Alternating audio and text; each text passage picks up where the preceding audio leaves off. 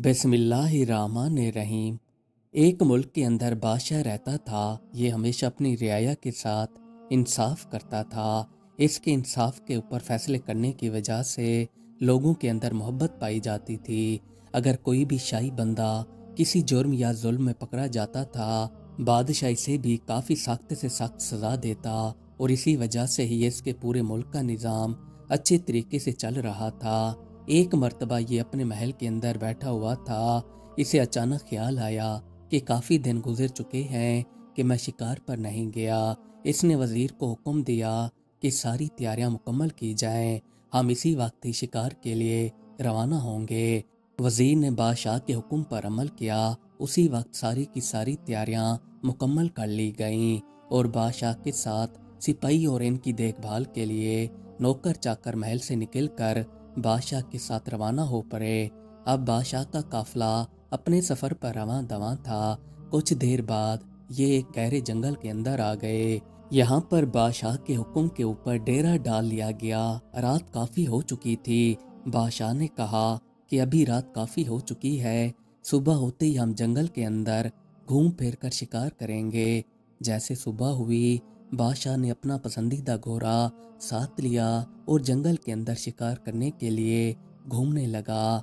इस जंगल के अंदर एक गरीब किसान रहता था। ये किसान मेहनत मजदूरी करके अपना पेट पाला करता था। इस गहरे जंगल में किसान के सेबों का एक बाग था। इसकी रखवाली किसान खुद करता था ताकि कोई बंदा आकर इसके बाग का नुकसान न कर जाए। अब बादशाह शिकार के लिए फिर रहा था तो इसे अचानक किसी बंदे के रोने की आवाज़ आने लगी। बादशाह इस आवाज़ की तरफ जाने लगा। कुछ दूर चलकर इसने देखा तो एक बंदा अपना सर पकड़े रो रहा है। बादशाह ने इससे पूछा कि तुम इतना ज़ारो कतार क्यों रो रहे हो। इस आदमी ने जवाब दिया कि मैं एक किसान हूँ। मैंने इस जंगल के अंदर अपना सेबों का बाग उगाया हुआ है और इससे ही मैं अपना पेट भरता हूँ। इसके ऊपर जितने फल उगते हैं ये मैं शहर जाकर बेच आता हूँ।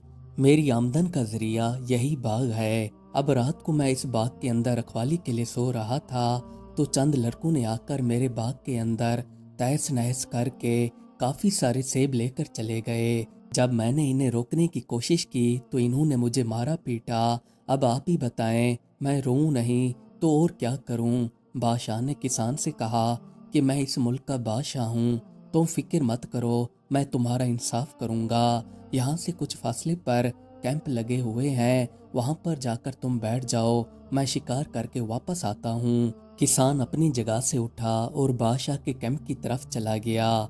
बादशाह शिकार करके कुछ ही देर बाद वापस लौट आया। यहाँ पर आकर बादशाह ने अपने वजीर को बुलाया और इससे कहा कि हमारे साथ जितने भी लोग आए हुए हैं इनसे पता करो कि किसी के पास सेब हैं, मेरा सेब खाने को दिल चाह रहा है। बादशाह का वजीर गया और जाकर लोगों से पूछने लगा कि किसी के पास सेब हैं, बादशाह का खाने का दिल चाह रहा है। तो रात वाले लड़कों ने इन्हें सेब दे दिए। वजीर सेब लेकर बादशाह के पास चला आया। यहाँ पर आकर इसने बादशाह को सेब दे दिए। बादशाह ने बाहर बैठे हुए किसान को बुलाया और बुलाकर कहा कि देखो क्या ये तुम्हारे बाग के सेब हैं। किसान ने देखते ही पहचान लिया और कहने लगा कि जी हजूर, ये मेरे बाग के ही सेब हैं। बादशाह ने वजीर से कहा कि ये सेब तुम्हें किसने दिए हैं। वजीर ने कहा कि हजूर, मैं अपने बेटों को भी शिकार के लिए साथ लाया था, ये सेब उन्हीं के पास थे। बादशाह ने कहा कि क्या तुम्हें मालूम है, तुम्हारे लड़कों ने रात इस किसान के बाग के अंदर जाकर इसको मारा पीटा और वहां से सेब लेकर भाग आए हैं। मुझे इस किसान ने अपनी दर्द भरी दास्तान सुनाई है। जाओ अपने बेटों को मेरे पास लेकर आओ, मैं इंसाफ करूंगा। वजीर बादशाह से माफी मांगने लगा और कहने लगा हजूर, वो लड़के हैं, उन्हें माफ कर दें। बादशाह ने कहा तुम्हें मालूम है, चाहे यहाँ पर मेरे अपने बच्चे भी होते तो मैं इंसाफ करता और मैं हक पर मबनी फैसला करने वाला हूँ। किसी के साथ नाइंसाफी होता हुआ मैं नहीं देख सकता। जाओ तुम इन्हें अपने साथ लेकर मेरे पास ले आओ। बादशाह का वजीर अपने बेटों को लेने के लिए गया तो वहाँ पर इसने देखा तो इसके बच्चे कैंप से फरार होकर निकल गए थे। इनको मालूम हो चुका था कि किसान ने हमारा रात वाला سارا قصہ بتا دیا ہے۔ وزیر واپس بادشاہ کے کیمپ میں چلا آیا اور آ کر بادشاہ سے کہنے لگا کہ حضور میرے لڑکے کیمپ میں نہیں ہیں، وہ فرار ہو چکے ہیں۔ بادشاہ نے کسان سے کہا کہ دیکھو غلطی تو اس کے لڑکوں نے کی ہے، پر سزا اسے ہی بھگتنا ہوگی، کیونکہ اسے چاہیے تھا اپنے بچوں کا دھیان رکھتا، اور اسی سزا کے جرم میں اب یہ وزیر تمہارا نوکر ہوا، تم اسے اپنے ساتھ لے جا سکتے ہو۔ وزیر بادشاہ سے رحم کی اپیل کرنے لگا۔ بادشاہ نے کہا کہ یہ میرا آخری فیصلہ ہے۔ کسان اب وزیر کو اپنے ساتھ لے کر بادشاہ کے کیمپ کے باہر نکلا تو وزیر نے کسان سے کہا کہ دیکھو میں تمہاری بھرپائی کرنا چاہتا ہوں۔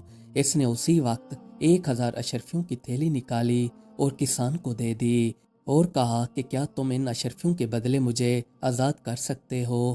کسان واپس بادشاہ کے پاس چلا آیا۔ اس نے بادشاہ سے کہا کہ حضور اس نے میری بھرپائی کر دی ہے، اس لیے اب یہ میری طرف سے آزاد ہے۔ بادشاہ نے کسان سے کہا کہ کیا تم راضی ہو؟ کسان نے کہا کہ جی حضور میں آپ کے فیصلے پر راضی ہوں۔ کسان خوشی خوشی واپس چلا گیا۔ بادشاہ نے وزیر سے کہا کہ دیکھو میں نے حق پر مبنی فیصلہ سنایا تھا، کیونکہ میں نے انصاف کیا ہے۔ کل کو قیامت والے دن میری ناانصافی کی وجہ سے کسان اپنا فیصلہ رکھتا تو میری پکڑ ہوتی۔ حکمران کا کام اچھے فیصلے کرنا ہے تاکہ اس کی رعایا اس سے خوش رہے، کیونکہ جب بھی ریاست کے اندر چوری چکاری، شراب، نشہ، جوا خوری بڑھتی ہے تو اس کا ذمہ دار حکمران ہوتا ہے۔ ایک بار بادشاہ اپنے محل کے باہر بیٹھا ہوا تھا تو وہاں سے ایک فقیر کشکول لیے جا رہا تھا۔ بادشاہ نے اپنے وزیر کو بھیجا اور کہا کہ جاؤ اس فقیر کو میرے پاس لے آؤ۔ وزیر نے جا کر فقیر سے کہا کہ آپ کو بادشاہ سلامت بلا رہے ہیں۔ فقیر بادشاہ سلامت کے پاس آ گیا۔ بادشاہ نے فقیر سے کہا کہ بتاؤ آپ کی کیا خواہش ہے؟ فقیر نے جب یہ بات سنی تو اس نے مسکرا کر کہا کہ بادشاہ سلامت بس آپ میرا یہ کشکول بھر دیں۔ بادشاہ نے کہا بس اتنی سی بات ہے؟ فقیر نے کہا جی حضور۔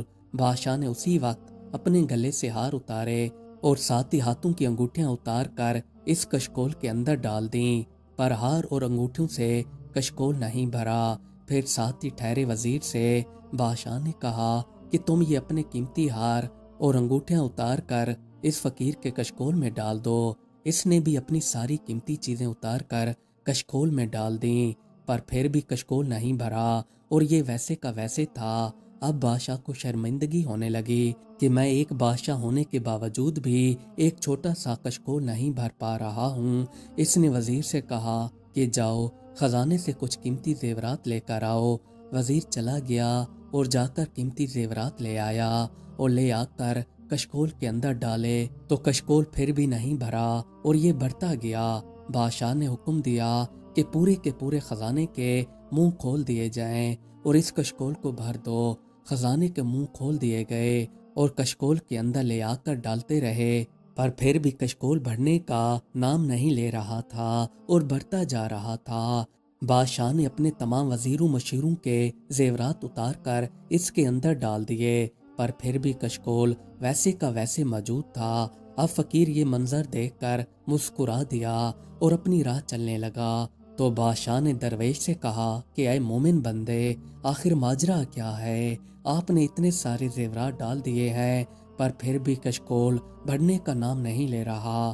درویش نے جواب دیا، اے وقت کے بادشاہ، یہ کشکول انسانی نفس کی طرح ہے۔ اگر آپ اپنے نفس کو اس دنیا پر حاوی کر لیتے ہیں اور دنیا کی خواہشات کو پورا کرنے کی کوشش میں لگ جاتے ہیں تو وہ بھی ایسے بڑھتی چلی جاتی ہیں یہاں تک کہ ہمیں موت آ کر گھیر لیتی ہے۔ اگر آپ کی خواہشات بڑھتی جائیں گی تو آپ اس کو کبھی بھی پورا نہیں کر پائیں گے۔ اس سے بہتر ہے کہ آخرت کی تیاری کریں اور اس کی فکر کریں۔ مزید اچھی ویڈیو دیکھنے کے لیے ہمارے چینل کو سبسکرائب کر لیں۔ شکریہ۔